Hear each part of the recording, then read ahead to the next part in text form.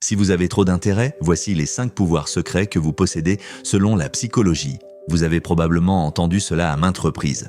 Concentrez-vous sur une seule chose. Savoir un peu de tout, c'est ne rien savoir du tout. Mais la psychologie ne voit pas les choses aussi simplement. Car avoir de nombreux centres d'intérêt n'est souvent pas un signe de dispersion, mais une supériorité mentale cachée, même si elle n'est pas perceptible de l'extérieur. Dans cette vidéo, nous examinons de près les 5 pouvoirs mentaux cachés qui se cachent derrière des centres d'intérêt variés. Numéro 1, tu as un avantage dans la résolution des problèmes.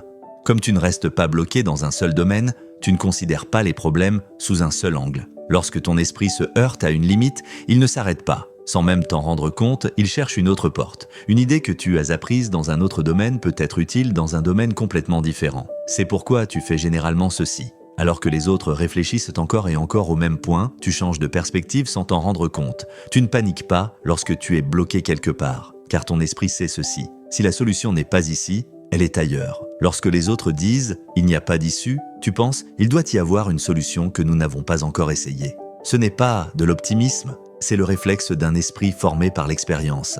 Le fait d'avoir trop de centres d'intérêt ne vous rend pas indécis. Au contraire, cela renforce votre capacité à générer des options. C'est pourquoi vous êtes plus calme en cas de crise. Car vous ne dépendez pas d'une seule solution. Ce n'est pas une chance, c'est le mode de fonctionnement naturel d'un esprit polyvalent.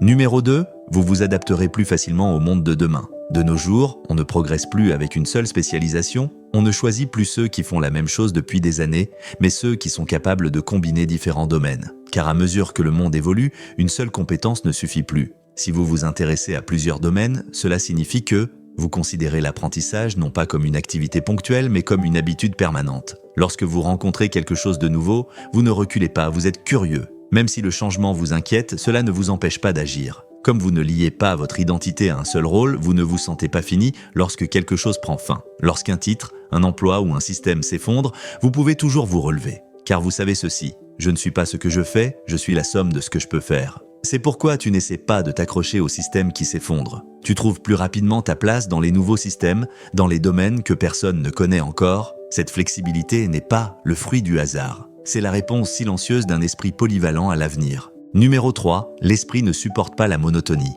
Il ne s'agit pas d'une prétention à la supériorité. C'est simplement que l'esprit ne se satisfait pas de stimuli de faible intensité. Les choses qui divertissent les autres ne trouvent pas d'écho en vous, car votre esprit s'habitue rapidement aux stimuli de faible intensité. Les tâches monotones, les routines répétitives, les mêmes conversations, au bout d'un certain temps, un voile tombe sur votre esprit. De l'extérieur, vous semblez ennuyé, mais en réalité, voici ce qui se passe. Votre esprit se ferme. Cela ne fait pas de vous quelqu'un de paresseux. Ce qui vous pèse, c'est le poids de la répétition qui ne produit aucun sens. Votre esprit a besoin d'être nourri. De nouvelles idées, de nouveaux points de vue, de nouvelles connexions. Sinon, votre énergie diminue, votre motivation disparaît et une agitation intérieure s'installe. C'est pourquoi certains environnements vous fatiguent d'une manière que vous ne pouvez pas expliquer. Le problème n'est pas l'intensité, le problème est la pauvreté mentale. Votre ennui n'est pas un défaut de caractère, ce n'est pas du tout un manque de discipline. C'est une faim mentale. Et un esprit affamé soit se ferme, soit commence à chercher une issue. Numéro 4, vous avez une grande capacité à établir des liens entre différents domaines. Ce que les autres considèrent comme totalement distinct coexiste dans votre esprit. Lorsque vous réfléchissez à un sujet, vous donnez des exemples inattendus. Vu de l'extérieur, cela peut sembler hors de propos, mais quelques secondes plus tard, tout le monde se rend compte que cela tombe sous le sens.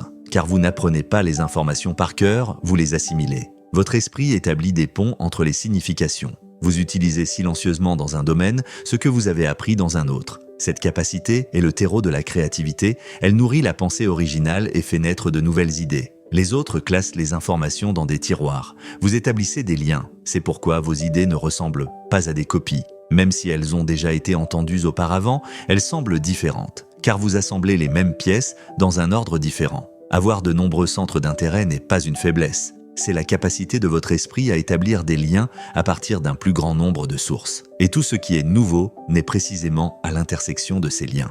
Numéro 5. Grande flexibilité mentale. Tu ne t'effondres pas quand tu te trompes, car tu considères l'erreur non pas comme une menace, mais comme un signal instructif.